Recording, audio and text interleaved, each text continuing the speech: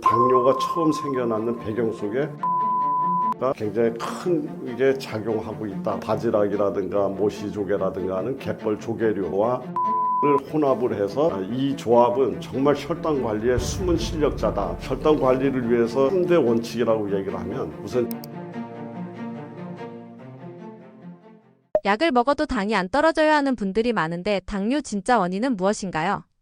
네, 사실은 이제 우리가 이 약국에서 환자를 만나면서 이제 제가 많이 경험하는 것 중에 이런 환자분들이 있어요. 저는 약도 열심히 먹고요, 운동도 열심히 하고, 그리고 정말 밥도 많이 안 먹거든요. 그런데 당이 안 떨어집니다. 이제 이렇게 이야기하시는 분들이 있습니다. 그래서 저는 이제 이런 경우를 보고 저는 이런 비유를 하는데요. 이제 우리가 사회가 불안하면 은행에다가 돈을 저금을 합니까? 찾아옵니까? 찾아온다. 마찬가지로 우리 인체는 내가 스트레스라든가 긴장 상태가 연속 지속이 돼버리게 되면 당을 세포에 배달하는 것이 아니라 혈관이 당을 갖게 되고요. 그 다음에 간에서는 과도한 포도당을 계속 만들어서 방출을 하게 되는 이러한 현상들이 벌어지게 되면서 당이 올라갑니다. 그러니까 저는 혈당이 조절이 잘 안 되는 그 배경 속에는, 또는 당뇨가 처음 생겨나는 배경 속에 스트레스가 굉장히 크게 작용하고 있다라고 저는 생각을 합니다. 그래서 스트레스 상태가 지속이 되면 항상 전투 모드가 되는 거죠. 그래서 전투 중에는 절대적으로 혈당을 낮출 수가 없죠.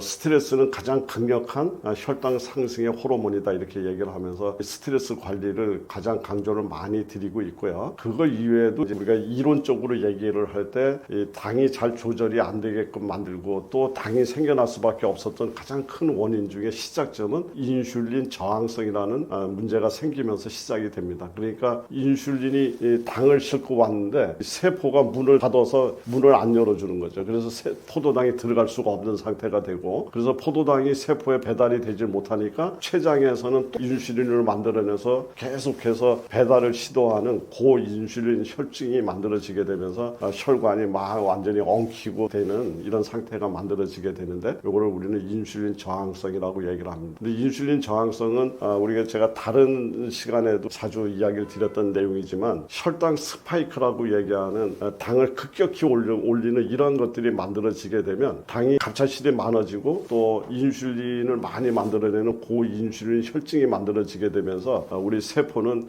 굉장히 인슐린에 대해서 아주 반응이 둔화되는, 그래서 인슐린 저항성으로 이렇게 가게 되는 이런 순번을 밟고 있기 때문에 혈당 스파이크 현상을 우리는 꼭 막아내야 된다, 이런 얘기를 드리고 싶고요. 또 만성 염증이라든가 또 그걸로 인해서 당이 세포 안으로 올바로 들어가지 못하면서 미토콘드리아에서 에너지를 만들어내지 못하는 미토콘드리아 기능이 저하가 되게 되면 에너지를 써야 할 세포가 이 당은 쓸 수 없어 하고 거부하는 상태가 되고, 이렇게 되게 되면 당뇨는 혈당의 병이 아니라 세포 에너지 시스템의 붕괴된 병이다, 이렇게 이야기를 드릴 수 있습니다. 마트에서 혈당 관리를 위해 가장 먼저 챙기면 좋은 음식으로 갯벌 조개류와 마늘 조합을 언급하셨는데 이 조합이 특히 좋은 이유는 무엇인가요? 당에 좋은 그런 음식 조합은 상당히 많이 있습니다. 그런데 특히 이제 제가 많이 권유드리는 것 중에 하나가 갯벌에서 나오는 바지락이라든가 모시조개라든가 하는 갯벌 조개류와 마늘을 혼합을 해서 끓였는 소위 마늘 조개탕이죠. 바지락 마늘탕, 모시조개 마늘탕, 이제 이렇게 얘기할 수 있는 음식인데, 이 조합은 정말 혈당 관리의 숨은 실력자다, 저는 이렇게 생각을 합니다. 왜 그러냐면 갯벌에서 나오는 조개류 안에는 타우린이라고 하는 그 성분이 있는데, 그 타우린은 인슐린 민감도를 굉장히 개선하는데 매우 뛰어난 효능이 있는 걸로 알려져 있고요. 그리고 인슐린을 합성하고 저장하고 췌장을 건강하게 만드는데 필수적인, 말하자면 당뇨 미네랄이라고 얘기하는 아연이라고 하는 미네랄을 가장 많이 갖고 있는 게 갯벌 음식이죠. 이제 그러면서 비타민 B12, 세포를 회복시키는, 또 세포의 에너지를 회복시키는 데 작용하는 비타민이죠. 그거와 철분을 많이 갖고 있는 것이 바지락이라든가 모시조개, 갯벌에서 나오는 조개류가 갖고 있는 특징적인 그런 성분이기 때문에 이제 매우 좋다. 그리고 혈당을 올리지 않는 고단백 저당 식품이다라는 관점에서 갯벌의 조개류의 역할을 우리는 정리할 수가 있고요. 여기에 이제 마늘이 합쳐지면서 마늘에 있는 알리신이라는 성분은 간 간에서 포도당이 생성되는 이것을 억제하는 기능이 있습니다. 만약에 간에서 포도당 생성을 계속하게 되면 어떤 결과가 나오느냐 하면 이 저녁 때보다도 아침에 일어나서 혈당을 쟀는데 혈당이 저녁 때보다 더 높아요. 이렇게 하시는 분들이 있습니다. 이제 이런 분들은 왜 그러냐면 밤새도록 우리 몸 안에서 가장 기본적으로 간이라고 하는 장기에서 우리가 수면 중에 포도당이 부족하지 않은 상태로 우리 몸을 만들기 위해서 간에서 포도당을 계속 포도당을 합성을 해서 혈관에다 이렇게 뿌려서 잠자는 사이에도 세포를 먹여 살립니다. 이것을 포도당 신생 과정이라고 얘기를 하는데 이제 이게 밤에만 그렇게 작업을 하고 끝이 나야 되는데 밤에도 또 아침에 일어나도 이게 꺼지지 않는 공장처럼 그냥 계속해서 포도당을 만들어내게 되면 혈관 안에 당이 많이 모여들면서 아침에 일어났는데 오히려 더 당이 저녁 때보다도 더 높은 현상이 나타납니다. 이제 이런 현상이 나타나는 것은 대표적으로 간 포도당 생성과 관련이 있는데 마늘이 이 작용을 억제하고 또 도와주는 역할이 있습니다. 그리고 또 마늘은 대표적인 염증을 완화해서 인슐린 저항성을 감소시키고요. 그리고 혈관을 확장하는 그런 기능이 있어서 우리 말초 혈액순환을 도와주면서 혈당 이용률을 높여주기 때문에 갯벌 조개류와 마늘이 만났을 때 정말 우리가 이야기하는 당 관리뿐만 아니라 당으로 인해서 생겨날 수 있는 여러 가지 합병증을 잘 해결할 수 있는 최고의 조합이다라고 저는 생각을 합니다. 그래서 당을 만들지 않으면서 당을 잘 쓰게 만드는 그런 방향으로 몸을 돌려준다. 갯벌에서 나오는 조개류와 마늘이 합쳐서 만들어낸 아주 정말 좋은 그런 작용이다라고 저는 이야기를 드리고 싶습니다. 초콩처럼 식초와 단백질 식품을 함께 활용하는 방식이 혈당 스파이크를 줄이는 데 도움이 된다고 하셨는데 이 원리를 일반 식사에 어떻게 응용하면 좋은가요?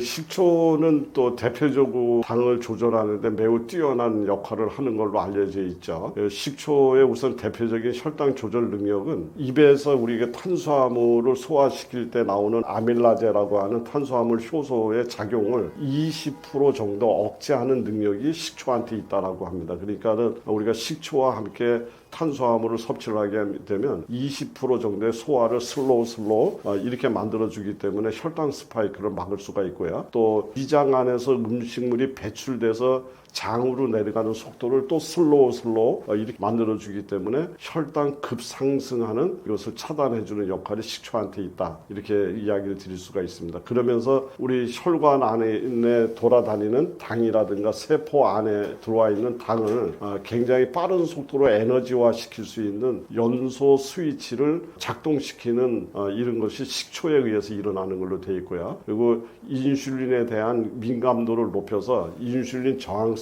생기지 않도록 만들어주는 것이 또 초가 갖고 있는 그런 대표적인 효능으로 알려져 있습니다. 그래서 단백질과 함께 먹을 때 혈당 상승을 완만하게 한다든가 또 그렇게 하면서 천천히 소화를 진행시키니까 포만감이 지속이 되고요. 그러면서 가장 중요한 것 중에 하나는 그 하는 당들을 근육에서 먼저 당을 사용할 수 있게끔 근육의 문을 여는 것을 바로 또 식초가 하는 걸로 이렇게 되어 있습니다. 그래서 사실은 저도 당뇨는 없습니다만은 이제 기본적인 건강 관리를 식초를 활용하는 방법을 많이 쓰고 있는데 항상 밥 먹기 전에 이렇게 커피 잔 정도의 따뜻한 온수에다가 식초를 커피 숟가락 한 숟갈 정도를 섞어서 이것을 주로 식사 전에 한 잔을 마시고 식사를 하는 습관을 오랫동안 하고 있는데 저는 지금까지 당이라든가 이런 것들에 대해서 염려 안 하고 정말 혈액이 굉장히 맑게 잘 관리가 되고 있습니다. 그래서 우리 시청자분들께서도 한번 이런 것들을 정말 그냥 좋다는 건 너무 많지만 그거를 많은 것을 아는 것이 중요한 것이 아니라 이런 것들 내용 중에서 꼭 한번 실천을 해서 내 걸로 만들어 놓는 것이 훨씬 더 중요한 일이라는 걸 제가 강조를 드리고 싶고요. 그래서 식초는 혈당이 가속화되는 것을 붙잡아주는 혈당 브레이크다. 이렇게 얘기를 드리고 싶고요. 단백질은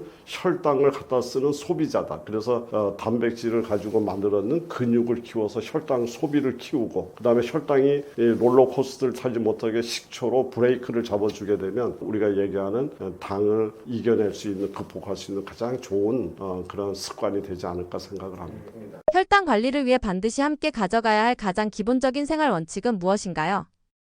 혈당 관리를 위해서 이제 특정한 음식에 대해서도 제가 이야기를 쭉 드렸지만 우리 3대 원칙이라고 얘기를 하면 우선 저는 아주 질 좋은 수면을 가장 먼저 권유드리고 싶습니다. 굉장히 아주 수면의 질이 올라가게 되면 우리 몸이 리셋이 되는 거죠. 그러니까 잠자는 시간은 우리가 그냥 단순히 휴식의 시간이 아니라 우리 몸을 다시 기름칠하고 고치고 그 이튿날 다시 활동할 수 있게끔 모든 것을 재정비하는 시간이 바로 수면의 시간이기 때문에 이 수면의 질이 좋아졌으면 좋겠다.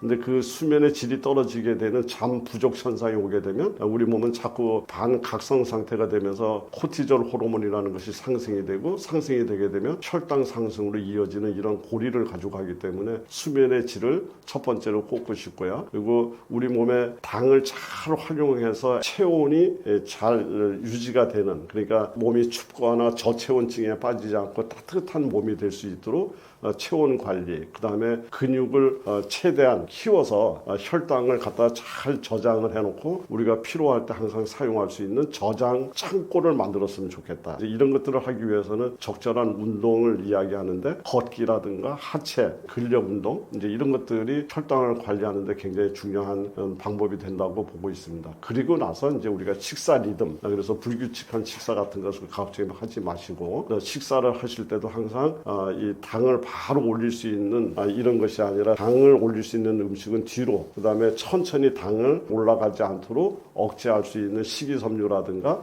또는 단백질 중심의 식사를 먼저 하시면서 그 다음에 탄수화물 식사로 넘어가는 이런 습관만 잘 가지시더라도 우리는 그 혈당 관리를 누구보다도 자연스럽게 생활 속에서 해결할 수 있지 않겠느냐 이렇게 보고 있습니다. 그래서 약을 나는 먹고 있어. 그러니까 당은 약만 먹으면 돼, 이런 식으로 약만 가지고서 혈당을 잡으려고 하지 마시고 몸의 환경을 바꾸어서 혈당을 이겨내려고 하는 이런 생활을 꼭 반드시 습관화 주시기를 시청자분들께 권고드리겠습니다. 시금치가 신장에 안 좋다는 말이 있는데 사실인가요?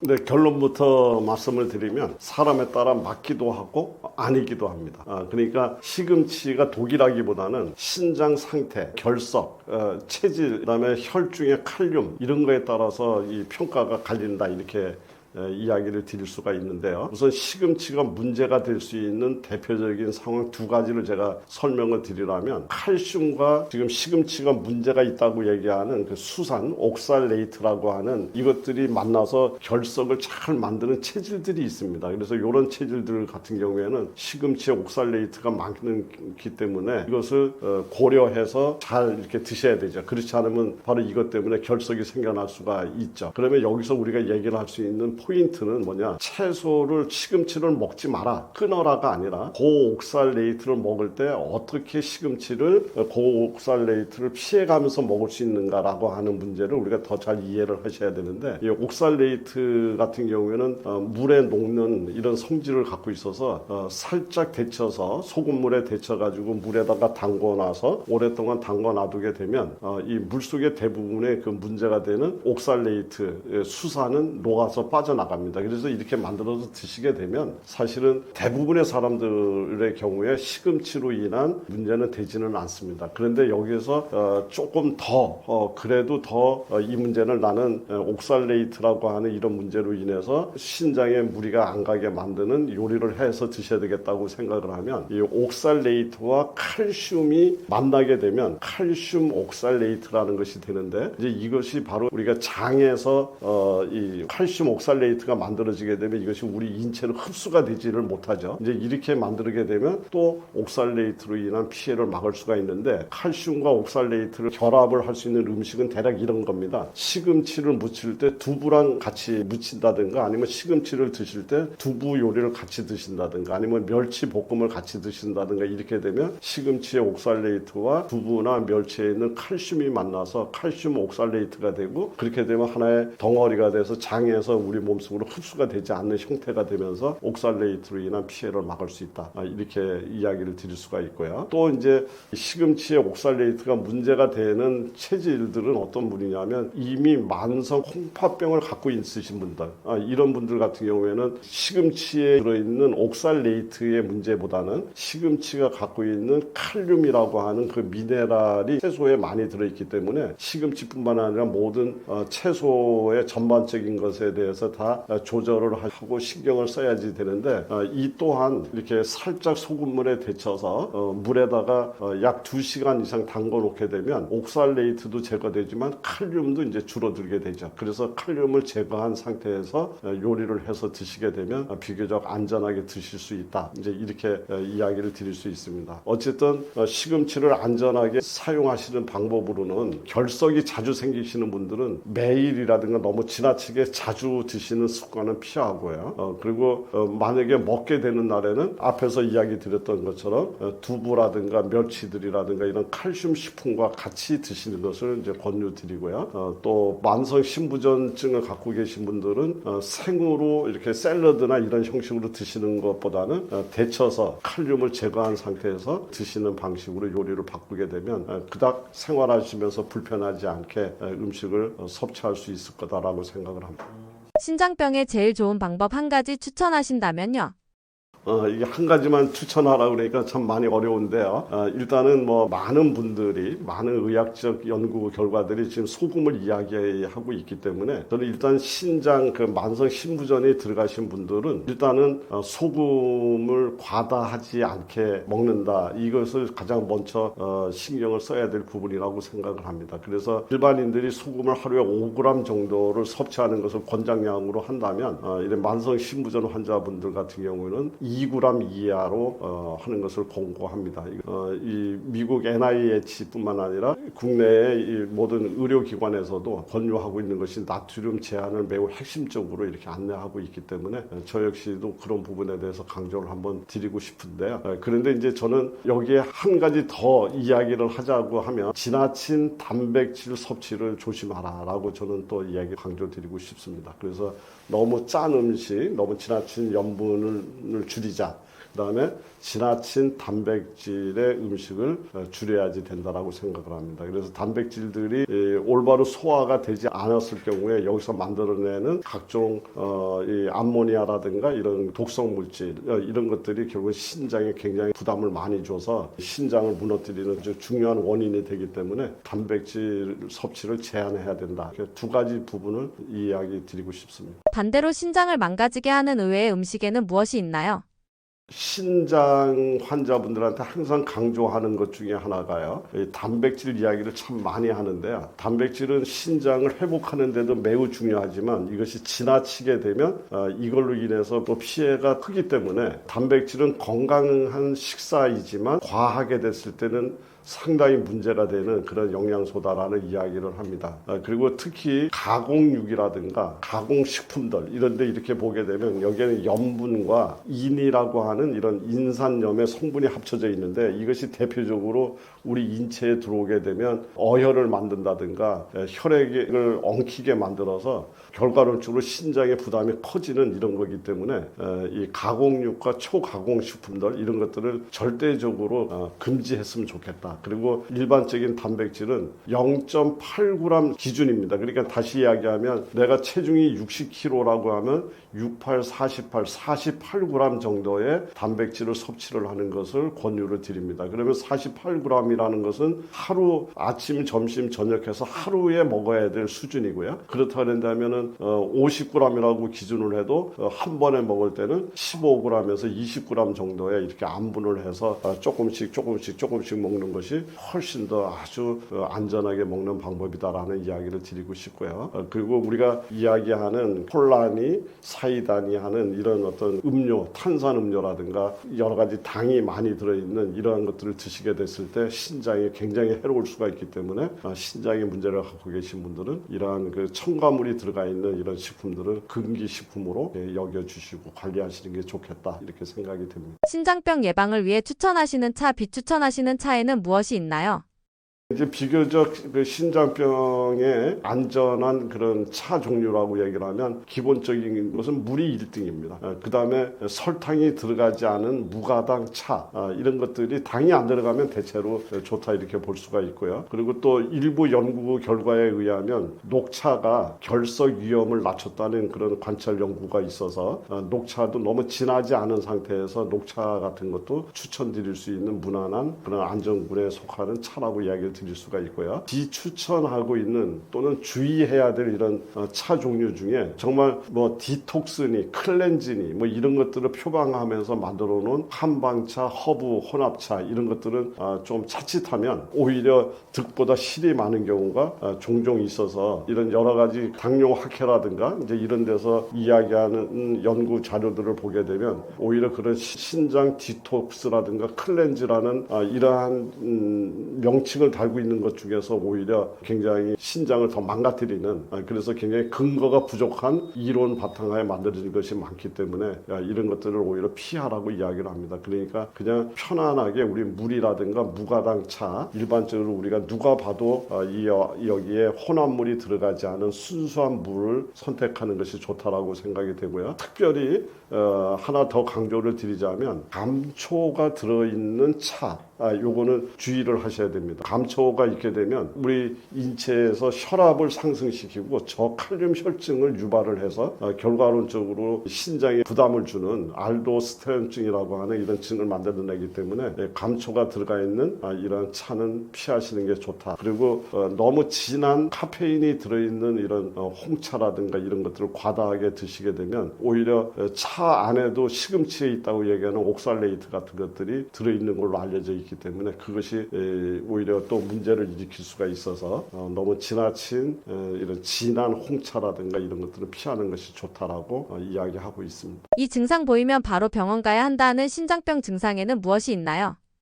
신장에 문제가 되는 것 중에서 가장 우리 시청자분들뿐만 아니라 많은 분들이 가장 기본으로 살펴봐야 될 첫 번째 증상은요, 거품료가 반복이 된다. 특히 이 거품은 우리 남자분들 같은 경우 서서 이제 소변을 보다 나면 낙하되는 그것 때문에 거품이 일정 부분 생길 수가 있는데요. 거품이 그냥 생기는 정도가 아니라 거품이 이렇게 두껍게 계속 생겨서 이 비누 거품처럼 이렇게 많은 거품이 생긴다든가, 그리고 거품이 생긴 이후에도 이것들이 꺼지지 않고 없어지지 않고 계속 오랫동안 남는 경우, 이런 경우에는 단백뇨의 신호일 가능성이 굉장히 높기 때문에 우선 먼저 병원에 가셔서 단백뇨 검사를 할 것을 강력하게 추천을 드리고요. 그리고 또 소변을 보는데 여기에 붉은색, 그러니까 혈뇨가 섞여 나왔거나 이제 이런 경우요. 그 다음에 발목이 항상 붓는다든가 눈두덩이가 붓는다든가, 특히 아침에 기상했을 때 몸에 부종이 자꾸 이게 늘어나거나 체중이 갑자기 늘어난다든가 이런 것들도 신장에 위험한 신호가 오고 있는 그런 가능성이 있습니다. 그리고 소변량이 확 줄거나 또 반대로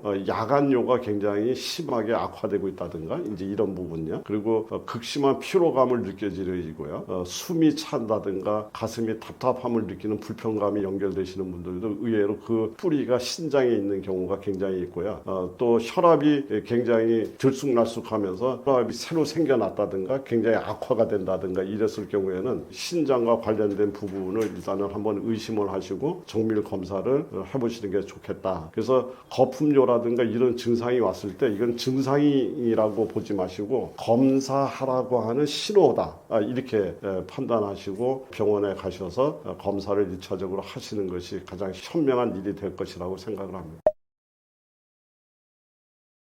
지금은 우리 많은 사람들은 초고령화 사회라는 표현을 써서 이야기를 하고 있습니다. 그래서 초고령화 사회는 우리한테 현대인들한테 찾아온 축복의 이야기인가 아니면 재앙인가라는 이런 부분에서 저는 이제 고민을 하고 그 부분에 대해서 생각을 참 많이 하는데요. 이 누구나 막론하고 태어나게 되면 생로병사라고 하는 이 숙명적인 일을 겪는데 지금 현대인들은 초고령화 사회가 되면서 생로병, 다음에 돌봄이라는 단계를 거쳐서 사로 가는 정말 현대인들은 돌봄이라고 하는 이런 단계를 하나를 더 숙명적으로 받아들이고 있습니다. 이 돌봄이라고 하는 단계는 현대인들이 갖고 있는 정말 겪지 말아야 될 우리 삶의 과정 중에 하나라고 저는 생각이 되는데요. 이 돌봄의 단계에서 많은 분들이 우리 어머니, 아버지가 그 돌봄의 단계에서 사라지고 가족관계가 붕괴가 되는 이런 것들을 사실은 우리 주변에서 목격하고 있는 그런 단계입니다. 그래서 저는 이렇게 제안하고 싶습니다.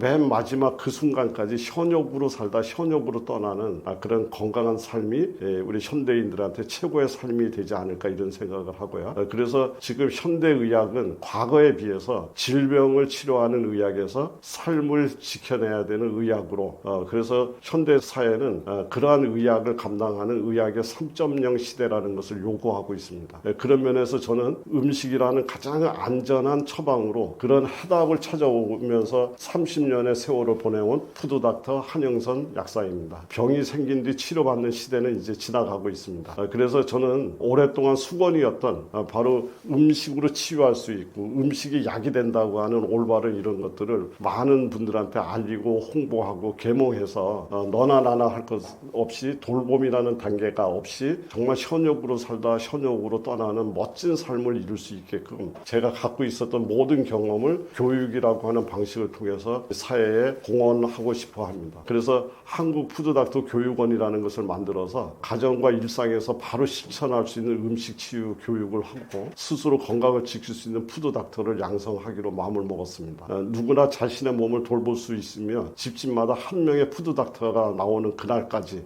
한국 푸드닥터 교육원에서 저는 끊임없이 노력하고 살아갈 것을 약속드리겠습니다. 감사합니다.